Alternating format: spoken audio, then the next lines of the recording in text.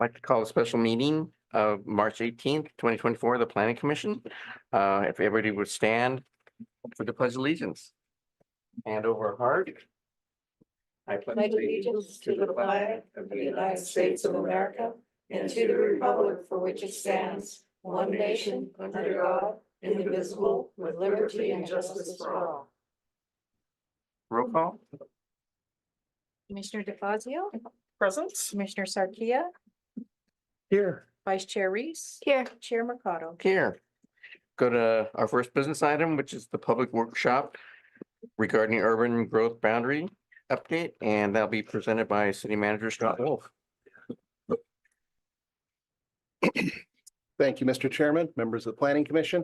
I'm going to apologize in advance. This is going to be a little bit of a lengthy presentation. If any of you watched the City Council discussion of this or the Green Team discussion of this, it's going to seem very, very familiar. But I do need to go through this for the benefit of anyone here who hasn't been through that yet. So we'll do that as quickly as possible. The object of tonight's meeting is to accept public input as well as Planning Commission input on what is still a very early stage of the process in this urban growth boundary update. So let me get started really quickly. Put the slideshow on here. Let's see, where's my, there it is. Let's see if I can get Zoom to work for me here. Right. Here we go. Is that playing properly? Okay, great. All right. Okay. So before we get too far into this, let me just give define a couple of terms here, which some may be vaguely familiar with, others may not be familiar with at all, but there's an important distinction to be made between these three items. They are the city limits, the sphere of influence line, and the urban growth boundary. So here you see a map of the city of Buellton's city limits. The city limits delineate the incorporated boundaries of the city. Incorporation of a city is authorized or granted by the county's local agency formation commission. LAFCO is what we refer to that as. LAFCO is actually a state agency, but there's one in each county, and it's made up of various representatives from the county's local government, special districts, cities, and the county. The initial incorporation of city limits is done by LAFCO, and then any amendments to those city limits, whether it be growing the area of the city, which we refer to as annexation, or shrinking the area of the city, which we would refer to as detachment. All of those actions are handled by LAFCO, and it's under their authority. It doesn't really have anything to do with what the city wants frequently. While they will take that into consideration, it is that body's decision ultimately what happens. The sphere of influence is a little bit different. You'll notice the map, which is here, which shows the city's current sphere of influence line. And Buellton is unusual in the fact that its sphere of influence at this time is contiguous or coterminous with its city limit line. So the city limit line and the sphere of influence line are the same. The sphere of influence refers to an area that the city could reasonably be assumed to provide municipal services for in the future. So it doesn't necessarily mean that the area will be annexed at some point into the city, but it means that LAFCO, in its wisdom and judgment, has determined that they feel at some point in the future it would be reasonable for that area to be served with municipal services by the city. And for the purposes of this discussion, when we talk about municipal services, we're primarily referring to water and sewer service. Although when we talk about an annexation, if an area is annexed into the city, we also talk about all the other services that are provided by the city, to include its police powers for planning and building and safety and those sorts of things. The sphere of influence is established also by LAFCO. The city does not have a vote in that, while the LAFCO will consult with the city as to what its thoughts and plans are for the future. Ultimately, the LAFCO board will make a determination as to where these boundaries lie, and they will do as they see fit. The sphere of influence can be and frequently is amended by LAFCO on a periodic basis, and that's done after a periodic analysis of services, what they refer to as an MSR or municipal service review. Our new LAFCO director, relatively new, he's been here 4 or 5 years now, has taken a different approach to this. Rather than doing a full municipal service review every 5 years or so, he's broken it up, and each agency will do a portion of their municipal service review every year. So over the course of 5 years or so, they will have completed that, and then they'll be ready to look at sphere of influence amendments. So they're almost through that process right now. The important thing to recognize here is the citizens initiative that created the urban growth boundary, while it mentions the sphere of influence in it, does not affect the sphere of influence. And there's a lot of misconceptions about that in the public, and it actually, with myself, even until the LAFCO director set me straight about a month ago. So, lastly, this is the urban growth boundary, and you'll note that the boundaries that are shown on the map are exactly the same as the sphere of influence and the city limit line. The urban growth boundary is it's a legal document. It's a legal tool that was established by citizen initiative back in 2008. As such, it can only be amended by the voters, except that there is a sunset date on that. This urban growth boundary is set to expire on December 31st of 2025. So if no action is taken to update this urban growth boundary, then the urban growth boundary will simply cease to exist as of that date. It is currently coterminous with the city limits, as I've mentioned, and that brings us to the point of the discussion we're in this evening. It has been my goal, and when I say my, I don't mean the city's goal, it has been my goal as a city manager to bring forward to the city council, to the planning commission, to the public, a proposal for an update or an extension to the urban growth boundary. The urban growth boundary was very contentious when it was first adopted in 2008. There were actually 2 competing initiatives on the ballot. There was the city council proposed initiative, and there was the citizen-sponsored initiative. And the citizen-sponsored initiative is actually the one that was adopted. So at this point, what I'm hoping to do through this process is start a discussion that will lead to a plan that the city council can put on the ballot that will have broad community support, so that we don't have the same sort of community contention that was experienced back here in 2008. As I've heard, because this was long before I was here, this was very contentious and rather divisive amongst different segments of the community here. So my goal is to avoid all of that and have one document or one initiative that we'll put forward so that everybody can get behind it. Okay. So, and I apologize, I have weird animations that didn't get pulled out of this version here. When we talked about sphere of influence, as I mentioned, LAFCO has the only say in where those lines are drawn. However, the city can have some input into that, and it can have the most input when it consults with the county through county planning department. And we are currently planning to do that. The planning director and I met with the LAFCO director, 2 weeks ago, 3 weeks ago, and discuss the possibility of meeting with the county early on to try and work some of these things out. Because generally speaking, if the county planning department and the city get together and can come to some sort of an agreement, then LAFCO tends to take that into consideration much more strongly. So what I am looking at right now as an initial point of discussion for this sphere of influence is shown here on the map. You see that there are areas to the west, to the east of the center of town, and then to the north, the far north end. So it will be easier to kind of go back and talk about the sphere of influence concept at the end after I move through this, because I think it gets a little confusing otherwise.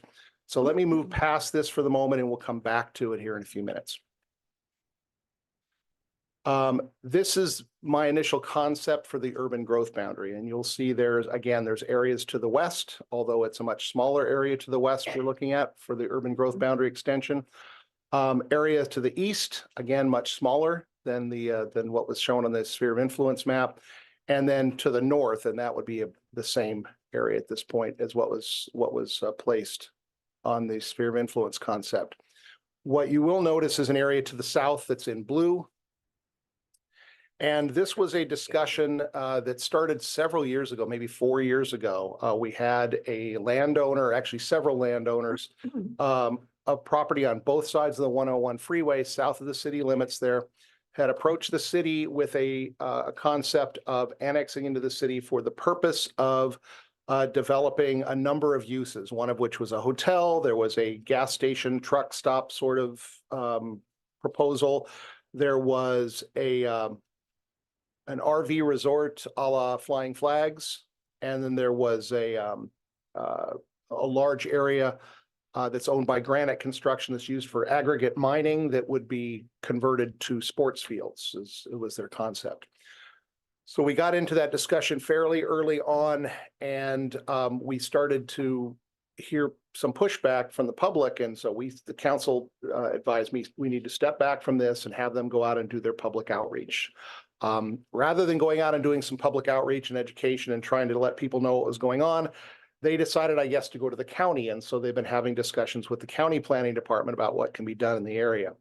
So from my perspective as the city manager, I don't believe that we need area to the south of the river. That's not necessary for the future benefit of the city, unless there are urban uses which are approved down there by the county. So if this landowner group has gone to the county and they are successful in getting the county to approve some urban uses down there, then what has been discussed here and what I'm putting forward is a concept wherein the urban growth boundary is not changed to the south unless those uses are approved. If those uses are approved by the county, then the urban growth boundary would automatically and immediately extend to encompass those areas. And the reason for this is because urban development of that sort is very impactful on local infrastructure, roadways, water, sewer, that sort of thing.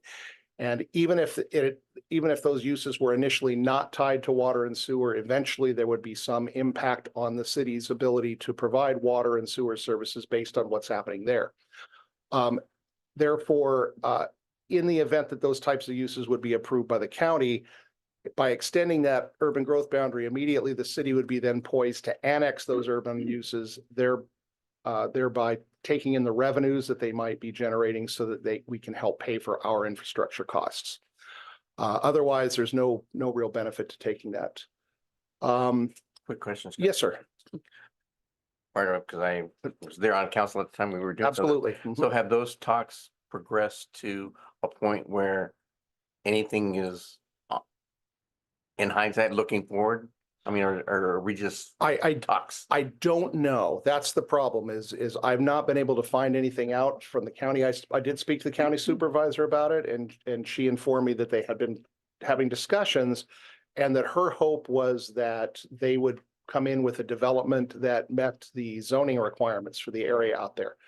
I don't know what stage that might be in, but my point with this is by placing this this provision within the initiative that would be brought forward, it provides a disincentive for the county to approve something in that area that they wouldn't normally want to approve.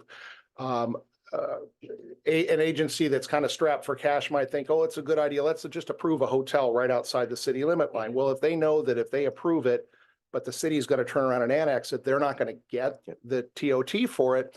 There's no incentive for them to approve it. So this kind of belt and suspenders approach is it lends itself toward preventing that sort of action from taking place, or at least minimizing it. Okay. I'm going to go through each one of these, the northwest and east in turn, and I'll try and make this relatively quick. Ignore the land use concept. I'll go back and talk about it later if you like. It basically attempts to reflect on our city's general plan map what the county zoning is, and it would stay that way until such time as properties were determined to be annexable. Okay, we'll start with the property to the west. This area extends on either side of Highway 246 to the west of the city limits, approximately 1/2 mile. And the proposal here is to extend the urban growth boundary this direction for 1/2 mile with a very unusual provision. Typically, if you look at extending an urban growth boundary, it would remove the requirement for a voter approval of a particular project. However, what I'm suggesting here is that we extend the urban growth boundary out that far, but retain the requirement for voter approval on projects unless a project is required to meet a state housing mandate. And everyone looks at me when I tell them this and say, well, what's the difference? If you have to go to a vote anyway, and housing mandate would be not subject to that, what's the difference? HCD tends to look at things a little strangely, and that they're looking for, they're kind of hypersensitive to anything that could be considered an obstacle to housing development. So when we have to go back to the state with our housing element update in 2031, okay, we have to provide for them a list of properties which are conceivably available for development with housing. If I send, or if Andrea, pardon me, because it's her job, if she sends them a list of properties, and some of those properties are outside the urban growth boundary, the county is very likely to say, we're not going to accept that, because even though there might be this provision to that would exempt housing projects,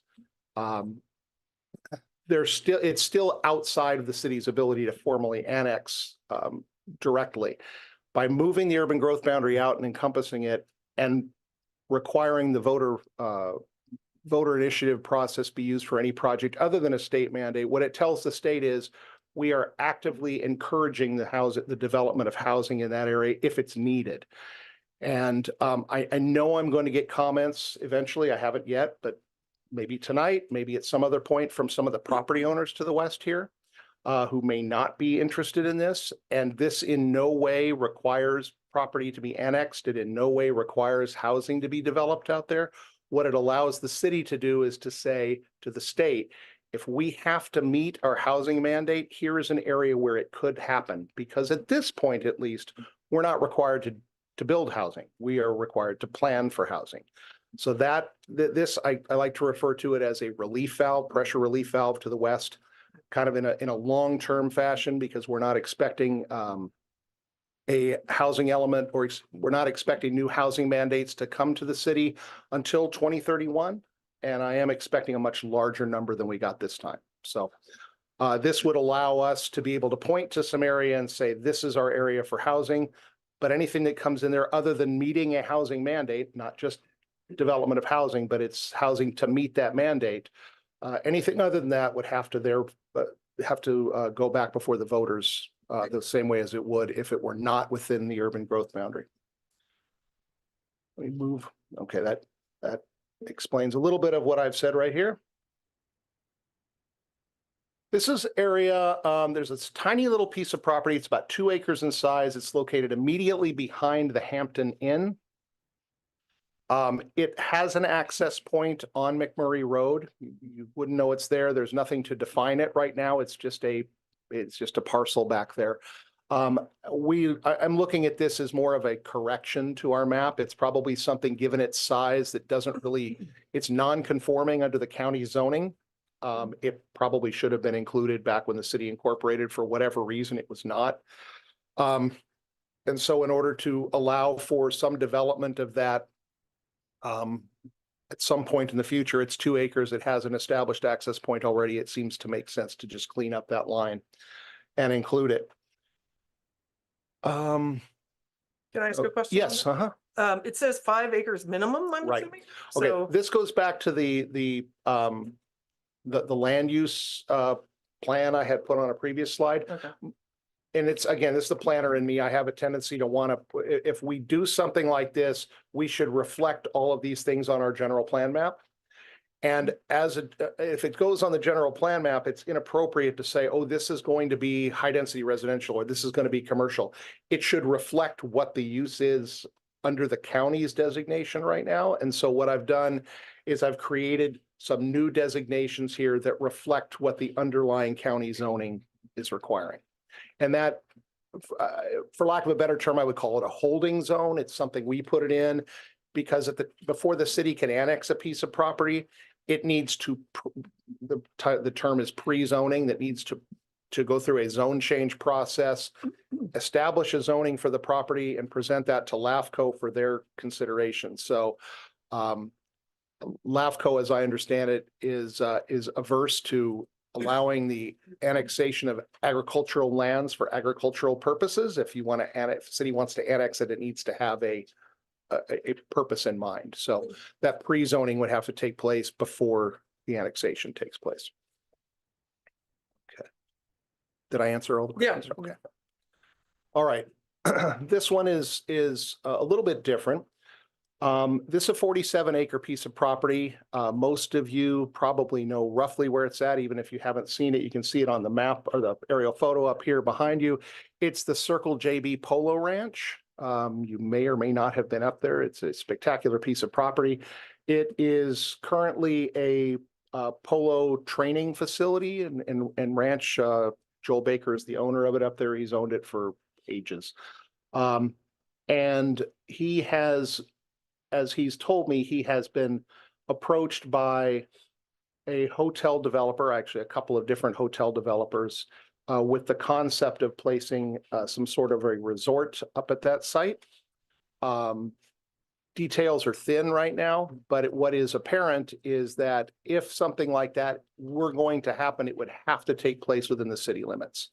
The water and sewer requirements for that type of a facility are such that they would not likely get away with a septic system, and they probably couldn't achieve required fire flow volume or pressure without tying into the city system as well. So that would kind of necessitate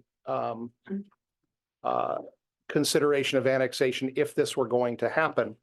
So they did approach the county with this. It did not, their concept was not workable under the county zoning, which is Ag 1.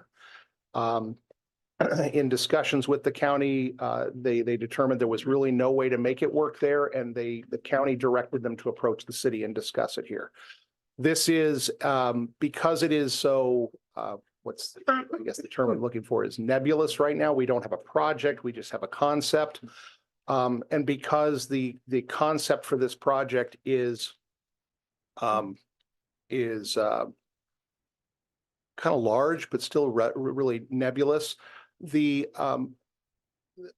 city needs to take a long, hard look at this before it would make a decision on it. And the only way to really make a determination as to whether or not our infrastructure is capable of handling this, whether or not it meets city goals and requirements, would be to undertake, well, my preferred tool would be to undertake a specific plan.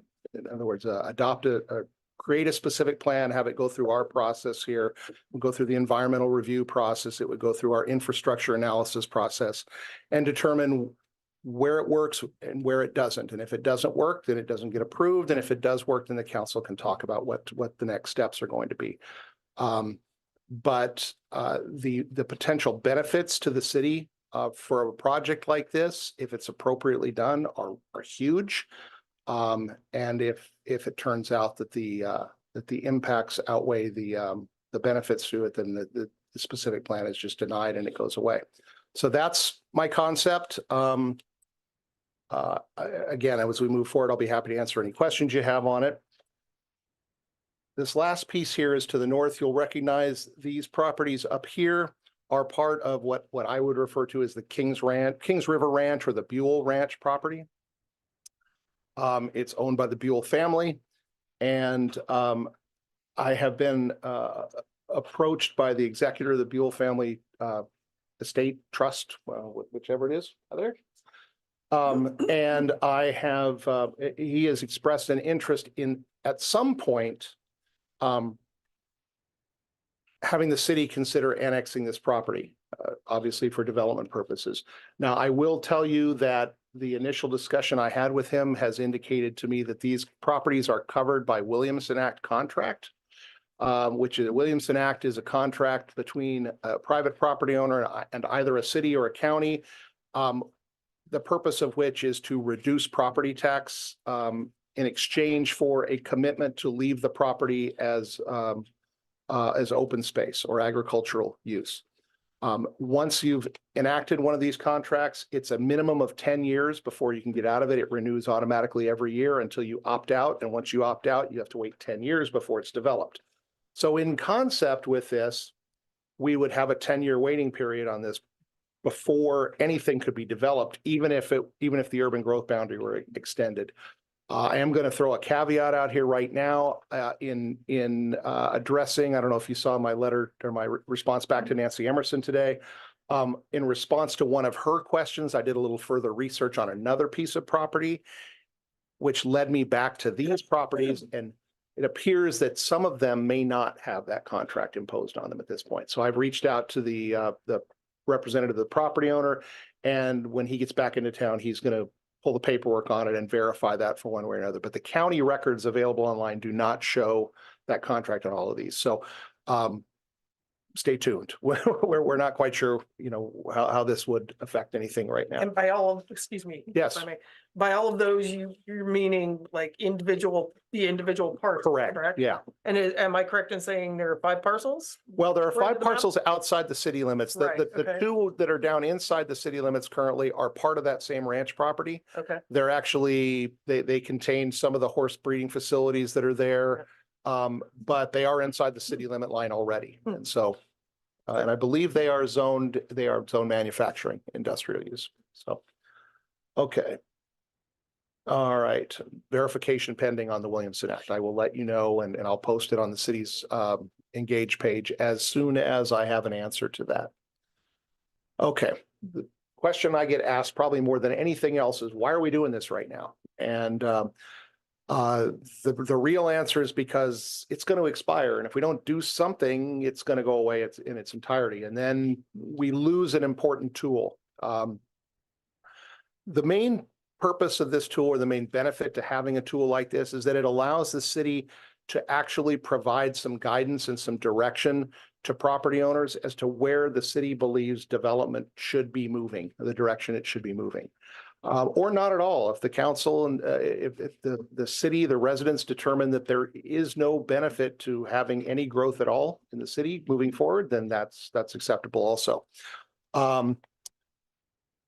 To my knowledge here, or to my projections that I'm making, I think we're going to have a need for more industrial property.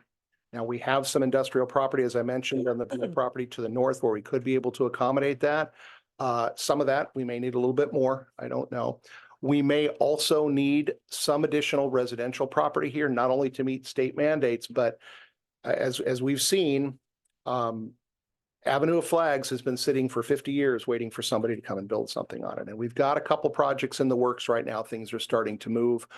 But what I have felt since the day I got here was that the reason Avenue of Flags isn't seeing the attention it gets is because we don't have a population in the valley great enough to draw in financing to develop commercial property. There's kind of a critical mass has to be there. I think the valley is almost there. We're starting to see that right now. And it's not simply the population, but it's the demographic as well. I think our housing values have gone up to the point where it's getting the attention of financing sources throughout the state. So we're going to start seeing that, but a little bit more development over time helps the city continue to function properly and would allow that kind of spurring to take place. The second one is to provide that relief valve, particularly to the west, but also to the north in the event that development to the west were ruled out altogether. We received a very small RHNA number this year. It was 165 units. And that was smaller than our previous cycle. We are the only city in the state that I'm aware of that had a smaller RHNA number this cycle than it did the last one. Most cities received much larger, some as much as 2 or 3 times what the prior cycle was. So we got lucky this time. Somehow I don't think the rest of the county is going to allow Buellton to get lucky next time around. So we need to be prepared for that. And unfortunately, if we don't have a location to go where we expand out from the city limits, we're likely to be forced to approve projects that go up. And that's fine if the city would rather see development more intense and higher slung than it would moving out a little bit, that's fine. It's a choice to be made. But I want to I want to open the discussion so that people understand what what the rules of the game are. Let's put it that way. So Yes. you're talking about instead of being 3-story, that we could go up to 5 or 6 stories. So When you say up, when I say up, that's what I'm referring to. And I say that because we have room for some development here in the city. We have our current RENA numbers of 165. We will meet that this year or next year. We will have that amount of development, and that takes up maybe a third of our AHAS sites in the city. Okay, and then over the next 5 to 7 years, you would expect that 1 or 2 more of those may come. So what's left by the time the next cycle starts and they give us that new number may not be enough to accommodate that number.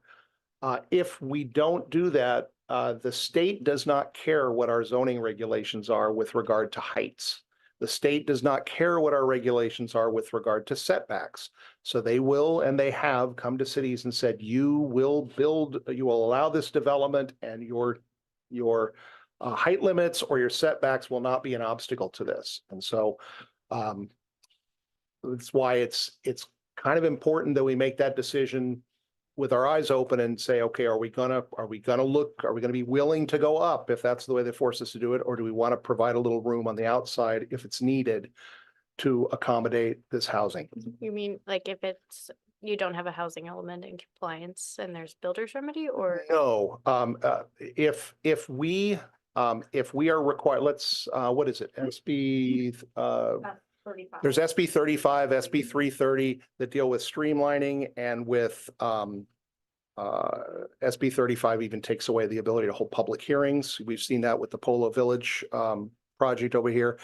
The state is becoming very, I don't know what you want to call it, aggressive with cities that try to create a zoning ordinance to defend the community character that limits the ability to develop housing inside of it. And so this is something to be wary of. Like I said, it's a policy call on the part of, in this case, it'll be the part of the residents, the voters, as to which way they want to go with it. But that's why I'm bringing it up here. May I ask a follow-up on that? Mhm. I'm just guessing this is something we want to make sure that the residents understand, that there may come a point in time where your desires and wishes and preferences will not matter simply because the state has the power to. We're already there Yeah. in a lot of cases, but and you can see as I understand it, there were over 2,500 bills submitted to the legislature this past cycle, and a good chunk of those were housing related. And housing requirements and housing mandates on cities are not getting looser. They're getting tighter. So it's I don't want to be Chicken Little and scream that the sky is falling, but you only have to look at the trend in the legislature to see which way it's been going. And that at least to date, we have not seen that trend abate. So just, again, the planner, I'm looking ahead, trying to figure out, what's going to happen here. And I think, the last thing I wanted to hit on goes back to the sphere of influence. With the property to the west, I mentioned that I was suggesting the urban growth boundary be extended out a half mile to the west of the city. It would be my thought to try and work with the county to allow the sphere of influence to be extended out a mile to the west of the city, another half mile beyond the urban growth boundary. And the reason for that is, especially if we can get a sphere of influence that LAFCO endorses based on a memorandum of agreement between the county and the city, it becomes much more likely that the city would be consulted if the county decides to do anything out there, whether it be adopt an ordinance, say, to allow for cannabis growth, or change the land use requirements out there to the west of the city. What we found is that because we did not have that seat at the table, The county adopted their cannabis ordinance, and by the time the city realized what was going on, it was too late. All of the cannabis growth permits had been issued 2 years ago. They'd been issued. And so any attempt to appeal those, fell on deaf ears. The Board of Supervisors had made its decision already. So that's where we are looking to try and gain some more influence with the county by that sphere of influence. Honestly, I don't ever see annexing anything that far out. And the primary reason for that is because Highway 246 at Avenue of Flags, 101, and McMurray Road are already heavily congested. If you put more traffic out there to come in from that direction, it's only going to make the situation worse until or unless we can reach a point where we can get Caltrans to widen that overpass and provide some more access through there. Even that doesn't fix the problem at McMurray. So that's my kind of my crystal ball right there. Is the stuff to the west where we're looking at an urban growth boundary is great to point the state to and say, hey, we need this. There's where we can build it if we had to. But honestly, if I had to use my crystal ball and say growth in the city should go a particular direction, I would say it would need to go and more appropriately go to the north on the east side of the 101, because if we take it on the north side, it provides a little bit of pressure relief from the congestion on McMurray Road. The interchange there at Rufus T. Buell, formerly DeMassa, is too narrow to accommodate a whole lot of traffic there. So an additional access point to the north of the city where you wouldn't have to build a full interchange because it would be on the highway as opposed to the freeway portion of it, could go a long way toward alleviating traffic congestion within the city. That's, in my mind, the appropriate way for it to go. Let me go back to the beginning and state that what I've put before you right now is not a proposal. It is a concept that I want to use as a starting point for discussion. So this is not a recommendation. This is not a proposal. This is simply a place that everyone can look at and say, okay, if we look at this, where do we think we want to go from here? I'm taking public comment right now. As I get public comment, I will post it on our city's Buellton Engage page.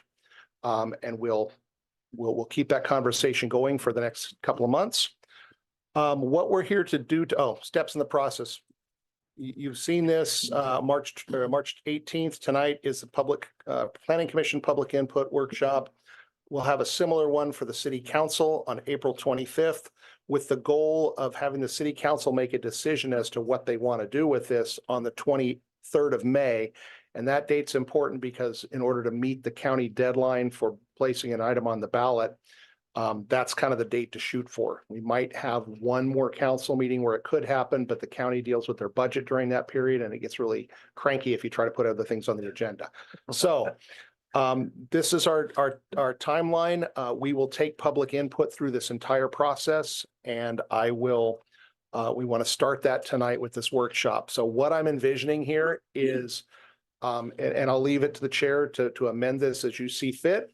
But I think that we've got 4 different areas to look at. And I've included the area to the south here, even though it's not officially part of the concept. In my mind, there is some question as to whether or not that approach is the right one.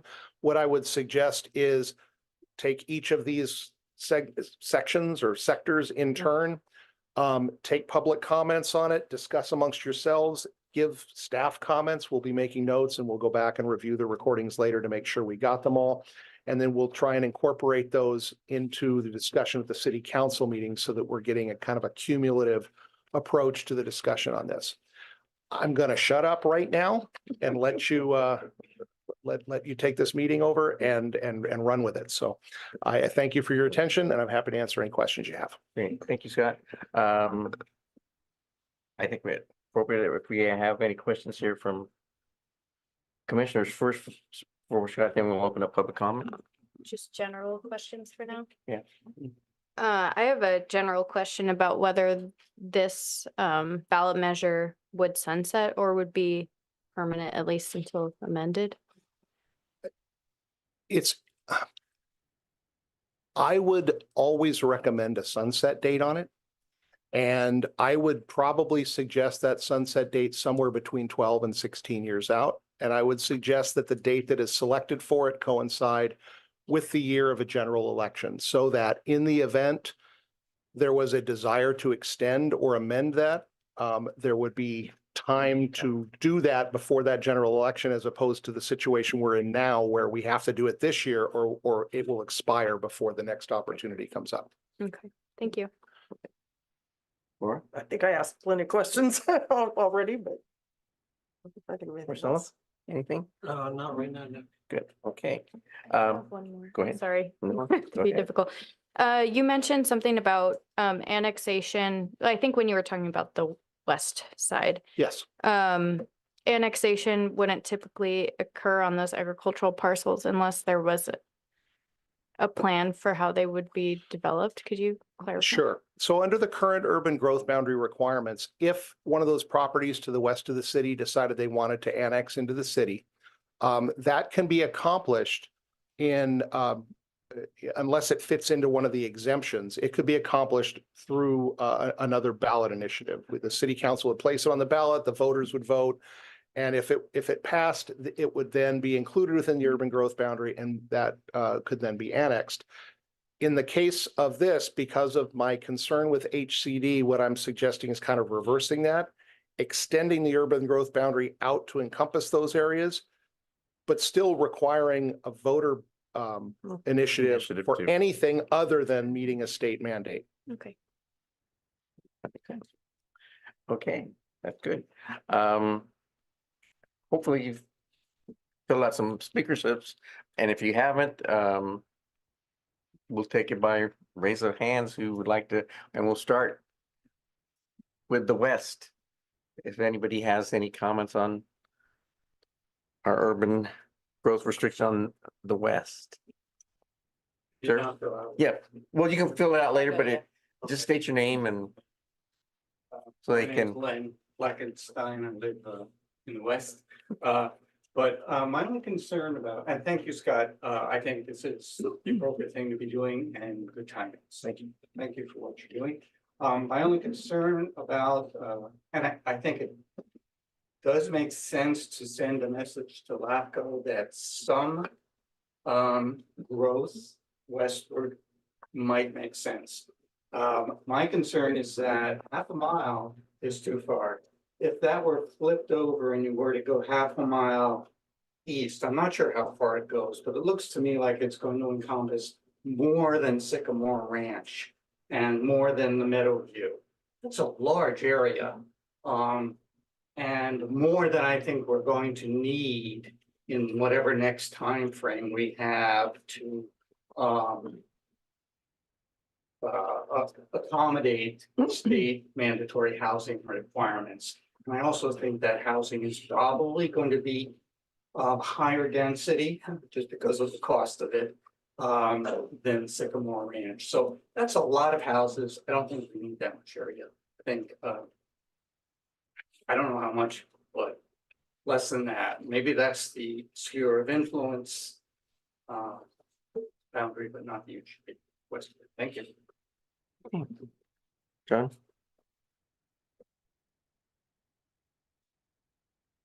John Dorwin, 104 Six Flags Circle, Buellton resident since 1988.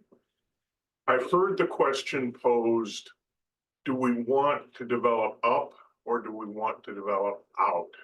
And it seems to be that going to the west would be going out. Sprawl. I'm looking at an alternative perception. And that would be, instead of asking the question up or out, how about going small?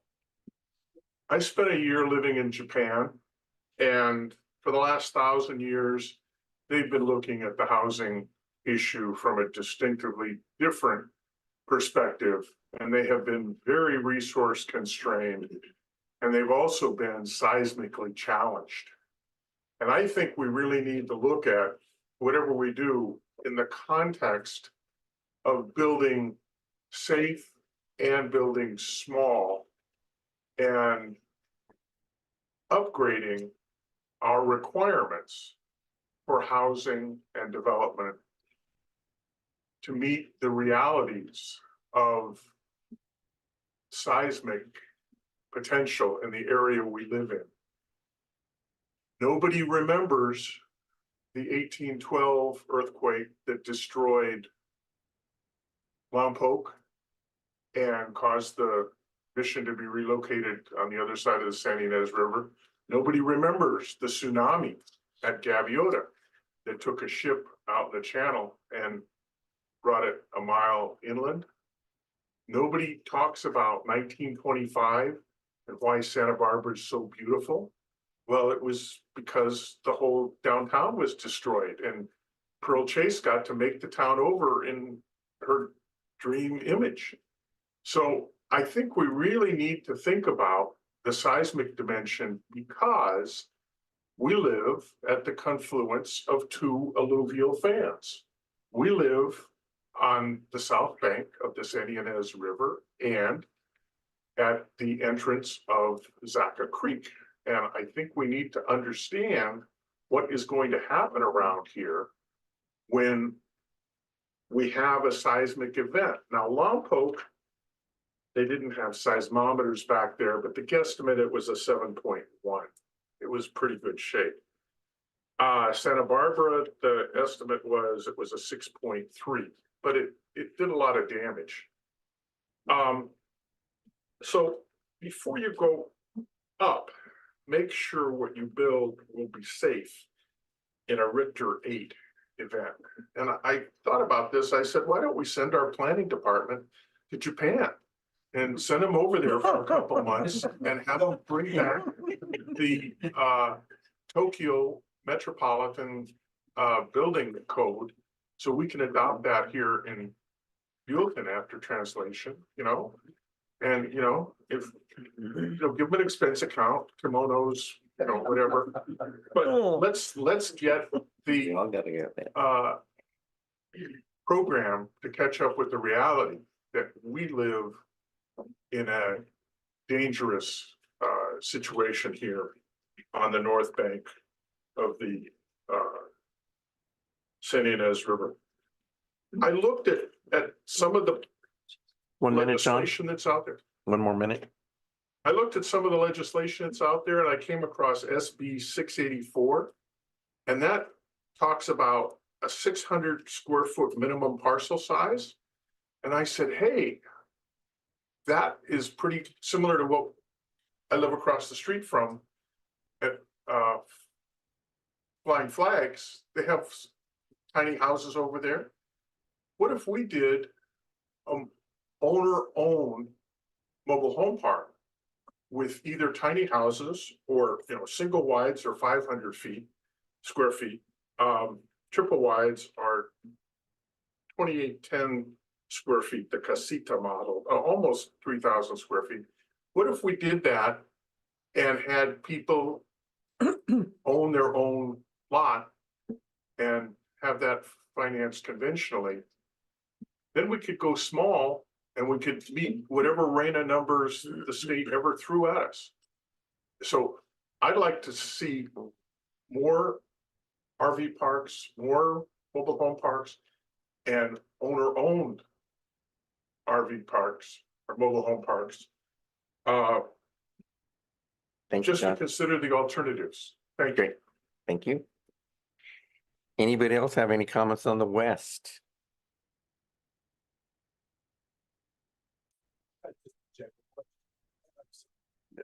Does anybody take into account how water is going to be impacted? My name is Andy Kropowski. Just a general question for the state and for us. Do we take into account water like groundwater, infiltration of salt water and all of that? We do. We do. The state does not. The state tells us you have to do it, but then they say, but you have to accommodate X number of dwelling units every 7 years. And so it is always at the forefront of our reasoning as to whether or not we can accommodate water. And water is only the front half of it. Once that water gets piped into your house, we have to have the capacity to deal with the wastewater that comes out of that. And so our wastewater plant is old. It's in need of probably some upgrades and maintenance, and we need to make sure that we don't overextend our ability to deal with the wastewater also. So it's a balancing act, and we have to consider all those things. Yes.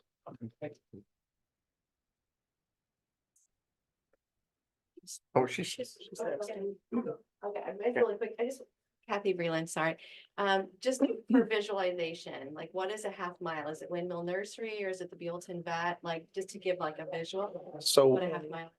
if we look at the map here, the halfway point on the, or this right about the halfway point there, that's the end of Brick Barn. And so the nursery is probably right in here someplace. It's just a little beyond the nursery, I think is what you're looking at.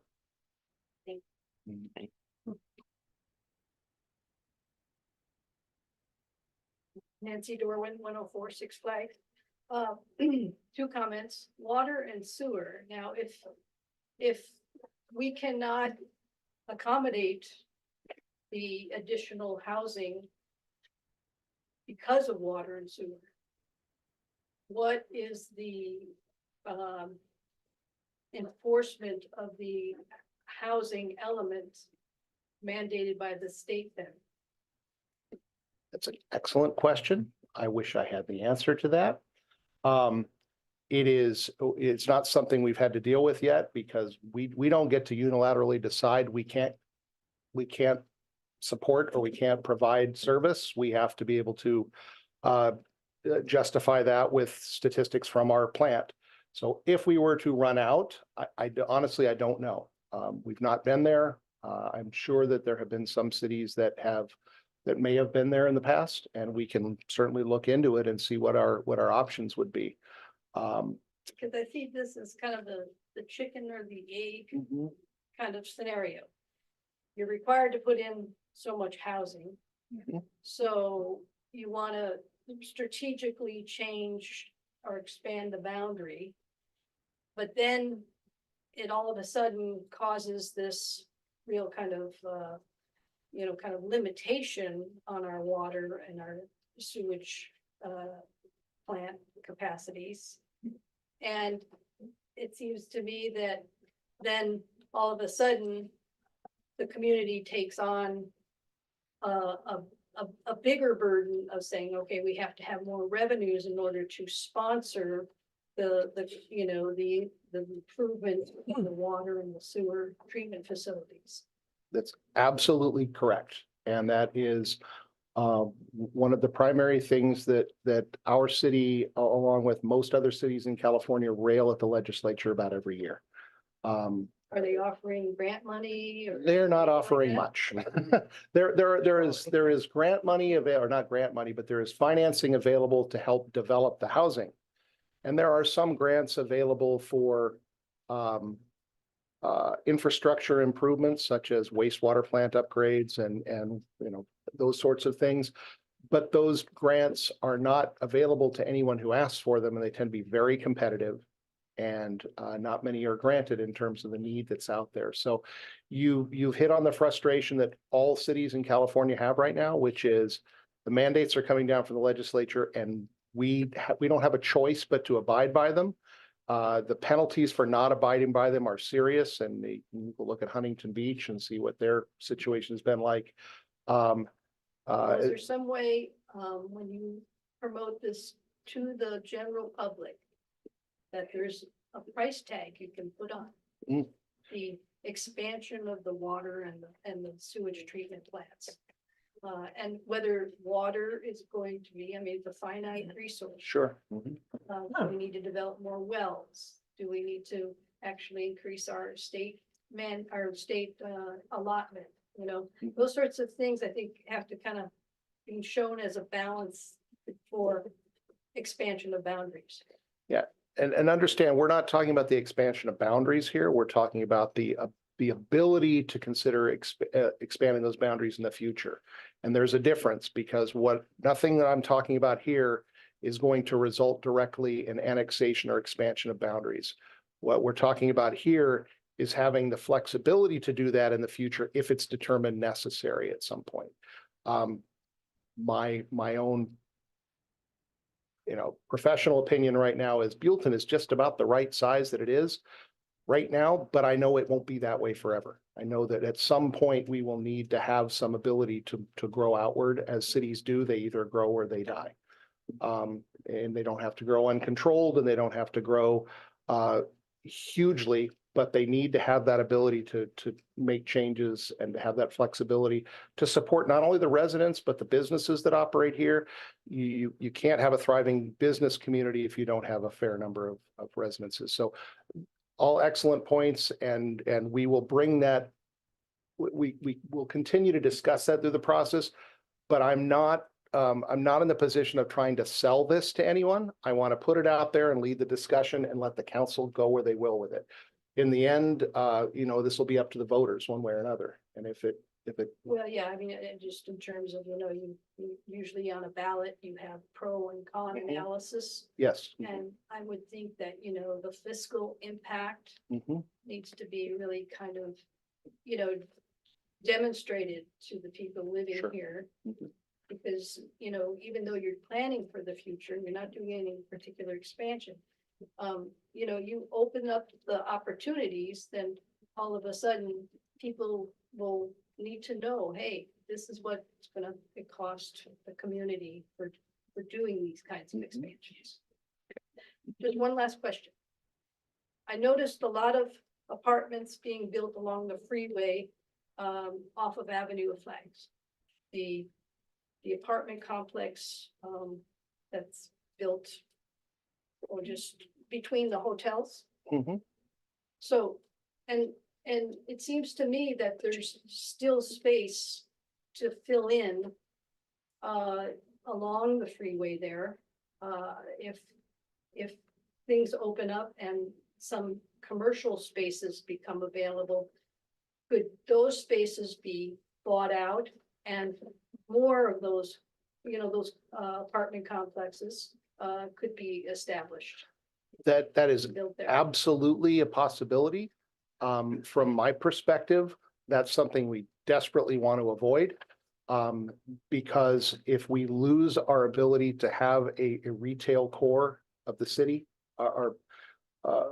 the city won't be able to sustain itself. The business community in this city drives so much of our revenues Mhm. that if we eat up our existing commercial property with residential uses, which are a net negative in terms of revenue brought to the city, we won't have the resources to keep our infrastructure up. We won't have the ability to continue to provide the amenities we provide here, let alone, we won't have enough money to provide for the basic services, let alone the amenities we're providing at this point. So, Thank you.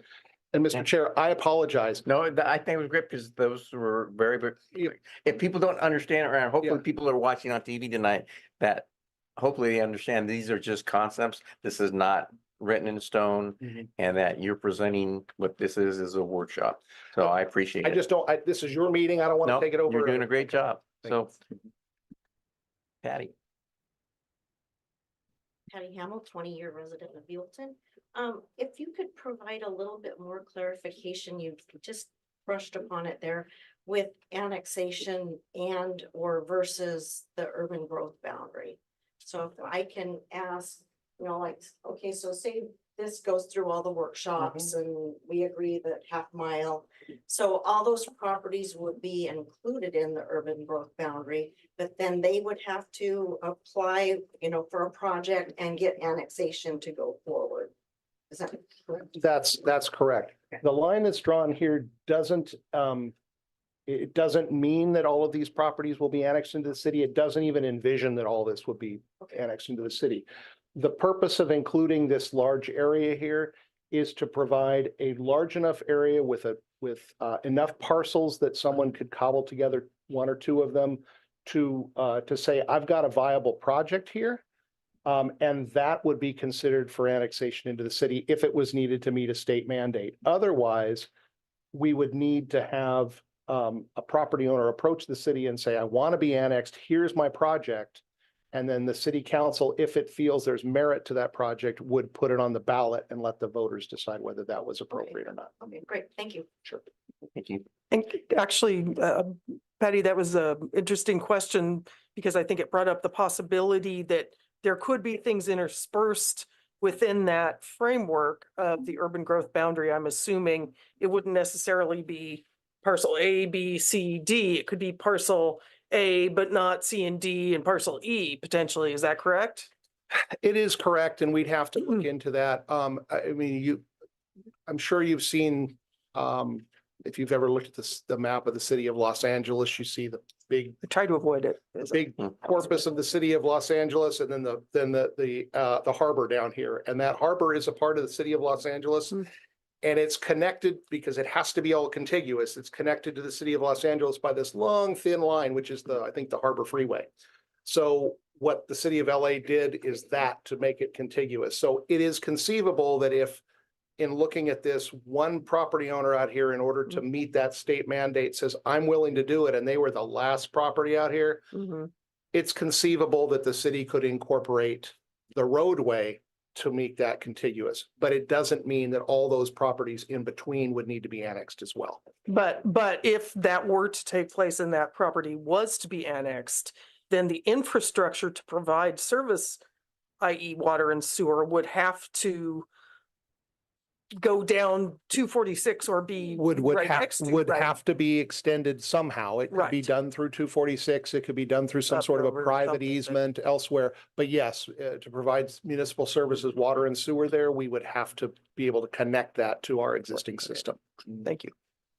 So Scott, just, Yes, sir. could that be part of the initiative when we do our UGB and, or either our sphere of influence state, that if we want A, B, and C, if you, or A and E, B and C have to come along?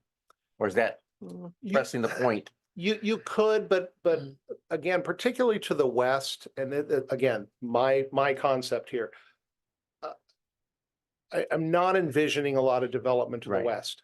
And the reason for that is because I worry about the impact at the 101 and Avenue of Flags and McMurray. So this is our relief valve for the state mandate. Right. If we need to build something, we can point to that, and if it has to be built, we can extend out and we can do it, and that could be the end of it once we meet that for at least the next 10 years or 8 But years. if we're saying that's the Alamo, Mhm. do we have to put that in the UGB? We don't. Because it's, we you know, could. or unless we put where the sunset date is, Mhm. this is, We could, but we don't have to. I mean, Right. this is really this is there's a lot of options available. Let's Right. put it that way. You can be as specific or as general as you want to be. Right. And my goal here is to try and figure out what the general community sentiment is, so we hit it right when it goes to the ballot, and we don't have to worry about it. If we don't hit it right and it goes down in flames, then everyone's going to be upset because, well, not everyone, but people who want it are going to be upset because it's not going to be there anymore. right, So, exactly. so yeah. So, okay, great. Okay. I realize I should probably, before we get further, disclose some ex parte communication in that I was part of the Green Team meeting. Yes. Where there were members of the public and we had discussion, so. And that also, though I work for the county of Santa Barbara, I am screened off all projects around the boundary of Buellton, so that is why we didn't feel that there was a conflict of interest in me participating here, so I wanted to get that Perfect. on the record. Thank you. Thank you. Okay, any other further comments? Does anyone have a comment on the north? Which is off of McMurray and There it is. Dr. Buell's family Mhm. farm? Seeing none, we'll go to the east. That little, Are we going in between for the north or? we can, if you'd like. I had Why- some questions Okay. about the north. Let's see. Oh, there was the provision to potentially require a specific plan for the parcel further to the south Oh, and that's east. the east property? Yeah. Yes, Okay.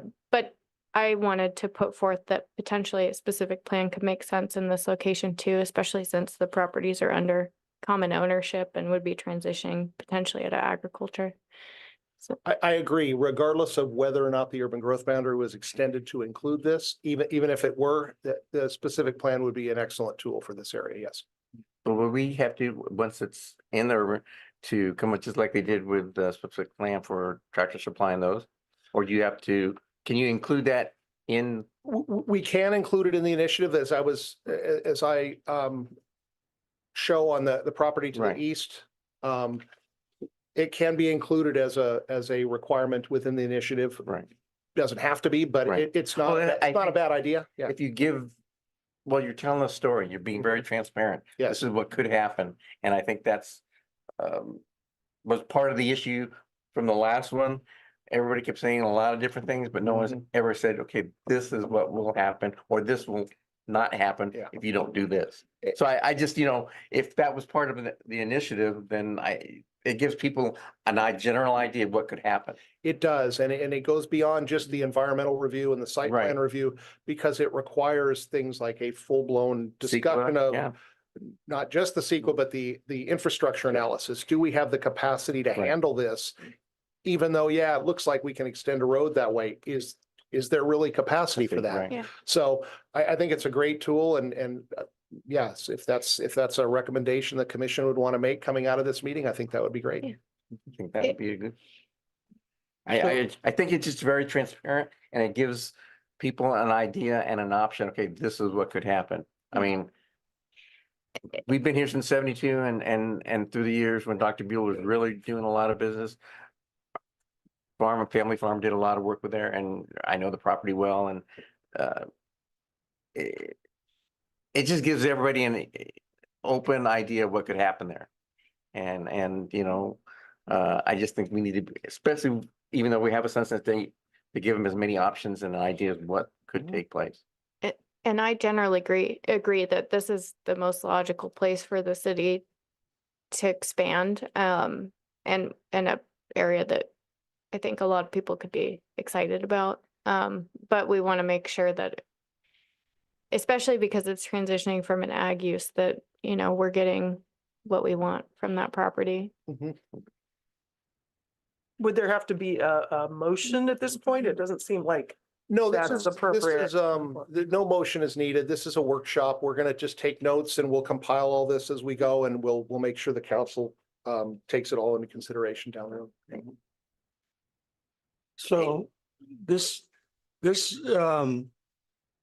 it is showing that an evolution of, in the past, we've had the big landowners say what's gonna happen, and this is the way it's gonna be, and you guys can have a couple of homes here and there. But now we've evolved where the community has more say every day about what we can talk about, what we can decide on. But thanks you for informing us what our options are. And we mentioned water and sewage. Keep in mind too, that traffic, I mean, that was the big deal on the In-N-Out Burger, and anything else that goes on up and down the 246 and Highway 101. So we're going to continue to evolve. So I just hope that more and more of the community keep their ears open and become more aware of what we have and think about where they want us to be in the future. So that's all I have to say right now. And this is an area where potentially we could have another access point to the 101. Correct. Maybe. Once you move to the north of the city limit line a certain distance, it no longer is a Caltrans freeway and it becomes a highway, which means access points don't need a full interchange. You can create an access point where you need one or where you want one, consistent with Caltrans requirements, of course. And how far up is that line that parallels 101? Approximately, if you can. How far up is this? Yeah, would it be, say, across if, like I know where the Zacher Creek restaurant is. I don't, it might be up almost that far. Almost that I'm far. not sure. Okay. I don't have the aerial photo underneath it to curious. be able to tell, but yeah. Because well, it probably wouldn't apply if it was a highway, because I think you have to have at least half a mile between exits on freeways. My understanding is on a freeway, Caltrans typically requires at least a mile. At least a mile, Yeah. yeah. Ours were built way before that requirement came into place, but it is now, they want. Okay.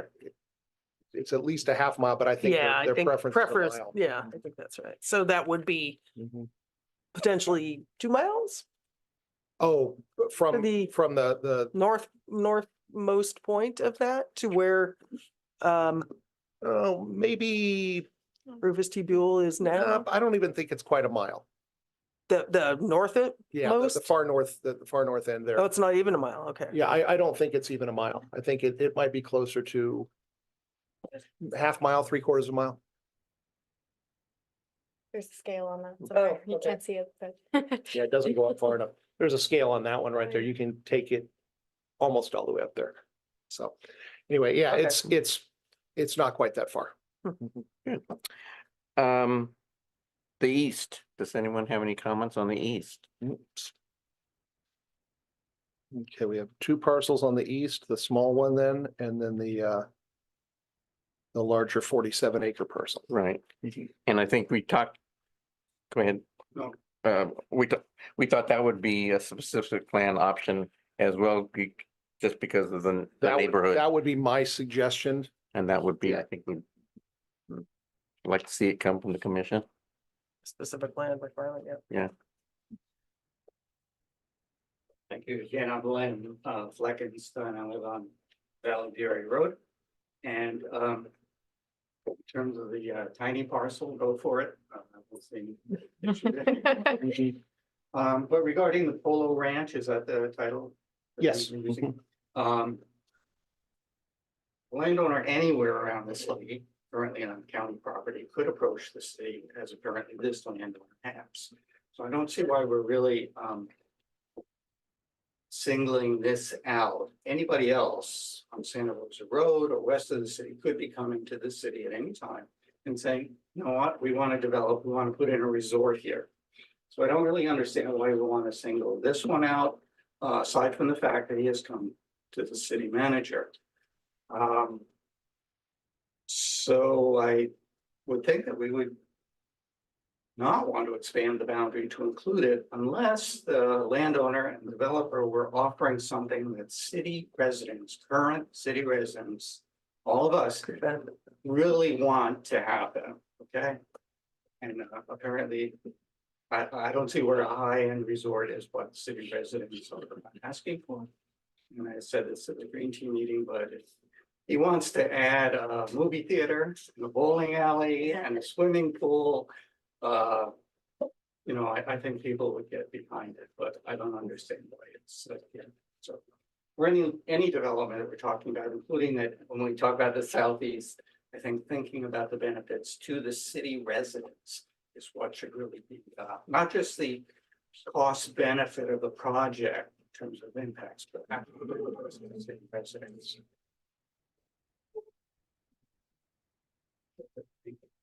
Thank you. Anyone else? Gone. Oh. Well, I I'll mean- close public comment and then bring back up to the dais, stuff like that, to make your final comments, and We still just. we do. I'm sorry? We still have The the south? south. What's out? Oh, right, yes. But, Yeah. my question was, given that this has a polo field and I know obviously we could accommodate a hotel use in Sure. our zoning, but, with the polo field and like the historical ag use, I mean, I don't see like an ag zoning, I mean, would we have to create a new zone district, or the specific plan would address That's the that? specific plan, because we don't have an agricultural zone, and Buellton, while it exists in an agricultural environment, has never been an agricultural city. And rather than trying to create something that we can shoehorn a project into, when you have one that's large enough like this and you go through the specific plan process, that tool is designed to be able to tailor specific requirements to the project to meet city needs. Okay, thank you. Yeah, I think the same logic sort of applies to the northern then, because you might not get a conventional use that's already accommodated in the Very true. city there. Yeah, okay, thank you. That's the only question I had on that one. Does anybody have any comments on the south? Oops, let's see, south, oops, so let me go south would be, let me go back to, oops, wrong way, sorry. All my slides are out of order here. There we go. And Thank you. Sure. What was your name again? Comment, so I might as well. Yes. say them. I have not sent them in yet, Len Fleckens. I like the way the city manager is approaching this, but and I do think that whatever development potential development we've heard about should more appropriately be in the north, whether it's a truck stop or some industrial development rather than in the southeast here. But I am a little concerned by the way I've heard it presented as we want to see if the county likes it. What I heard was if the county, you didn't say this, Yeah. but if the county likes it, we're gonna like it too, and then we're gonna want to add it. I think we need to be open to saying even if the county likes it, wants to approve it, we might want to fight it tooth and nail. We don't know that. And I think that's fair. I'm not suggesting that the city not be involved in any discussions that the county may have or the Board of Supervisors consider, or the Planning Commission might consider. What I'm suggesting is that if the county approves urbanized uses that would generate revenues, it's not appropriate for the county to take those revenues when the bulk of the impacts from those uses are going to fall on the city's infrastructure. And so, yes, we would absolutely step forward and say that's not something we want to see. But in the event that we're approved, I seem to recall quite a bit of discussion around cannabis where it was decided that that's not something we wanted to see. The county did it anyway. If that were to happen here, I just want to give the city the flexibility to say, okay, we're going to ensure that our residents get the benefit of that development. If it's going to happen, then Our residents getting the benefit means that the city getting more tax revenue in its coffers, which does benefit, I Well, understand, but more so than that development taking place and us not getting the revenue in our coffers, because the development's going to be there anyway, and the impacts on our infrastructure is going to be there anyway. The only difference is we don't have any way to subsidize that now. So but I hear the same thing.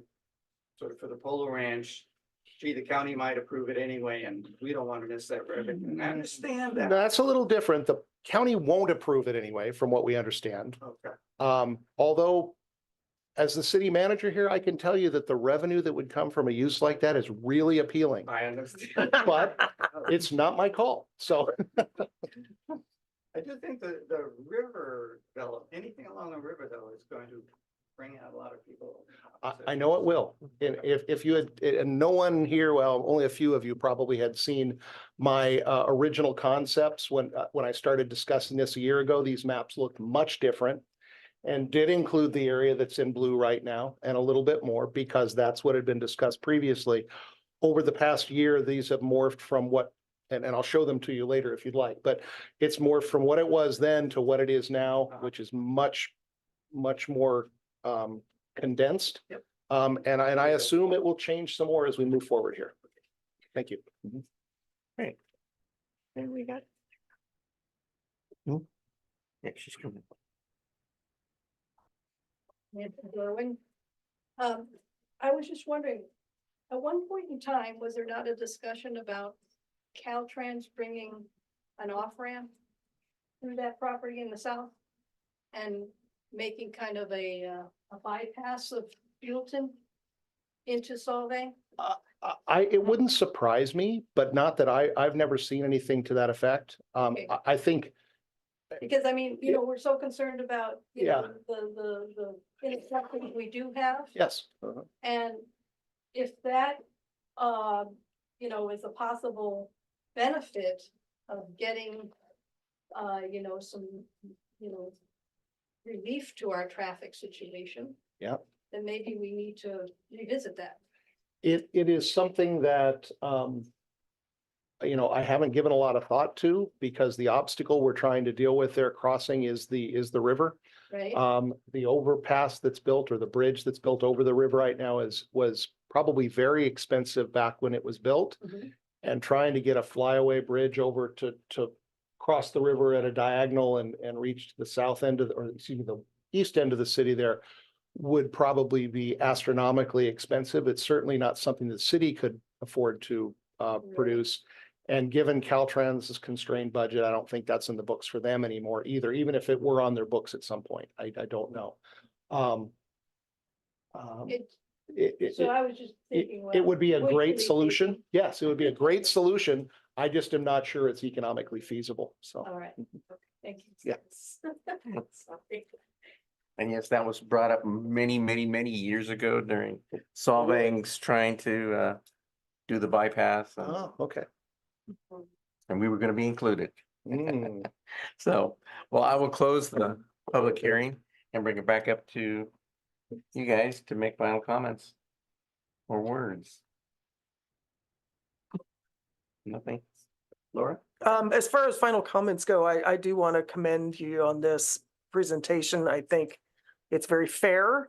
It's very clear, to me, at least, that, you know, you're presenting options for how we can think about the future and knowing that there are risks involved in any number of decisions to be made. And I appreciate the work done and thank you for that. Thank you. I have one more question.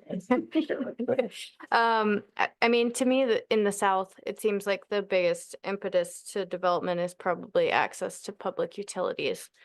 And so my concern, and perhaps it's not a valid concern, is that, you know, is there an increased chance of LAFCO like putting it into the sphere of influence if we put it in the urban growth boundary? I don't know. I'd have to talk to Mr. Prater to find out what his thoughts on that are.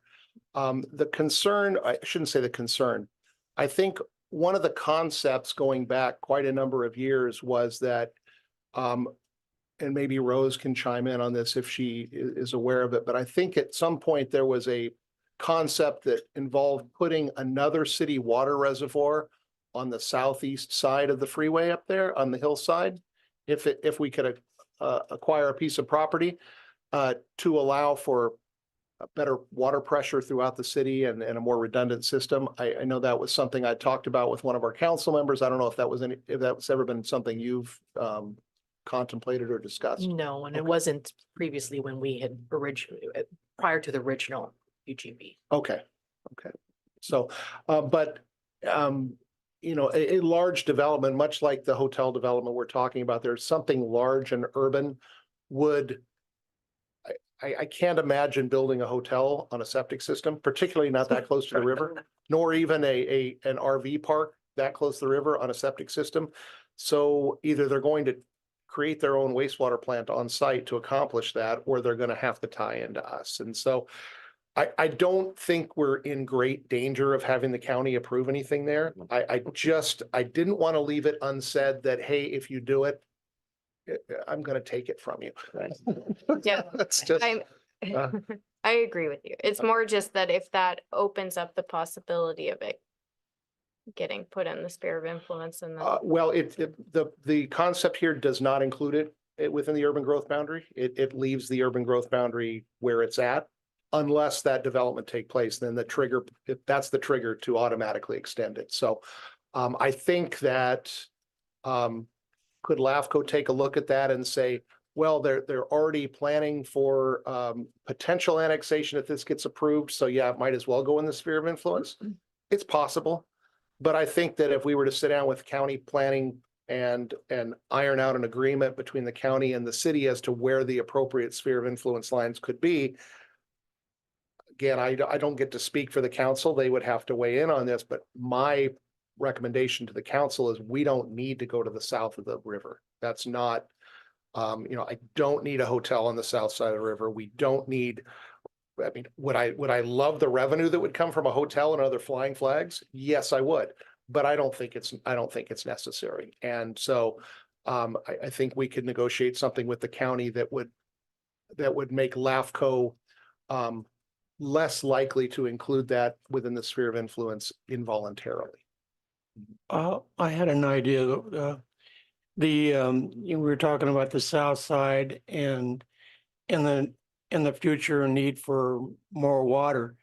Can the city provide a reservoir, or is that something that has to be done at the county or state level?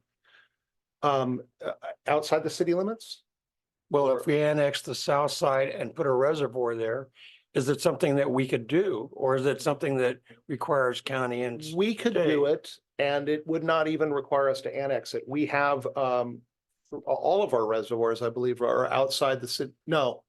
Yes, all of our reservoirs are outside the city limits, aren't they? No, one is. Oh, just the one the furthest north. Just on the top of that Yeah. map that you can see right up at the top, right in the middle, there's a little white square. The very top of the frame there. That is the city's reservoir. I forget what number that is. Three. Three, reservoir number 3. That's outside the city. The Mhm. city owns the property. Yes. Okay, but it's not Mhm. it's not a part of the city. Oh, We could do something similar on the ridge across the highway without annexing into the city. Okay. That's possibility. The reason that came up more recently in that discussion when the landowners approached us with it is they were trying to, I think, sweeten the pot and say, hey, if you let us do this, we'll give you a piece of property up at the top of the mountain to work with. Obviously, anything we can do to bolster the city's utility system and make sure that it's got redundancies in place so that we don't have a failure down the road is a good thing. But I don't think that's absolutely essential to annex that area in order to achieve that goal. thank you. Are we doing final comments Yeah. now? Okay.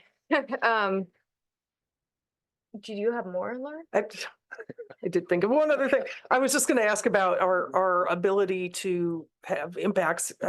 We have representation on LAFCO, correct? Yes. The city manager or the mayor? Well, not necessarily. I don't believe our mayor our former mayor Sierra was a member of LAFCO, but she was an alternate member of LAFCO. Okay. And I don't know if that still stands with Mayor King or each city doesn't get representation. I believe there are 2 cities, 2 special districts, and the county are represented and then maybe 1 member at large, something like that. That's smart. So I don't know for sure, but I don't believe we have representation on LAFCO right now. Do we know if any seats are coming up? Don't know how that works. Okay, I'm good ask. I'll ask. Yeah. Oh, okay. I have a couple. I'll just go by region. On the west side, I generally agree with the comments that Len made. I don't think it's ideal to potentially have, large agricultural production separating parcels that are coming into the city. So unless we could get all of it, or at least a chunk to the south or a chunk to the north, I don't know that it makes sense to include it. I get where Scott's coming from with needing more space potentially for arena numbers, but I would be more in favor of at least reducing the area that it extends out to. I think it's unlikely that some of that land's going to come out of agriculture or that some of those property owners would want to. Yeah. On the north end, as I said before, I think it's an ideal location to extend the boundary. And that I would like to see it have a specific plan requirement. But that it could be good for the city. The east. Oh, we talked about the specific plan. I didn't have any huge comments on that one. Beyond what we talked about with the specific plan accomplishing whatever uses they wanted to propose there, and then us being able to evaluate that on the basis of the project. In the south, in relation to the question I asked, I would just want us to discuss that further with LAFCO to see if it increased the potential that they would force us to incorporate it into the sphere of influence, and then, the LAFCO findings for an annexation, if any of them would be easier to make by us doing that action or taking that action, then I would at least want to know that before we went into that decision-making process. So I think that's all the comments I had. Good.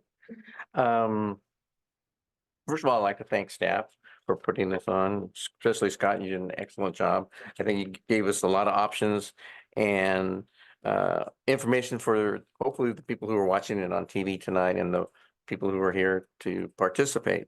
I think this is what makes Buellton really a great little city. The four of us went to the League of City Planning Commission. One of the topics was everybody saying, well, no one gets involved, but I think that's what's really important here. People do get involved, and they get involved because we give them the information, and I think staff did an outstanding job. Thank you. So my comments were pretty much the same. Where, as I said, you know, most of my questions are answered. It just hopefully this will not be as contentious as it was last year. I think with us getting ahead of the curve and just having one ballot initiative, I think it'll be a better idea for the city. So hopefully that's coming from the commission. The council will understand that. Thank you. So If I can make one more comment Yes, before you sir. close, sorry.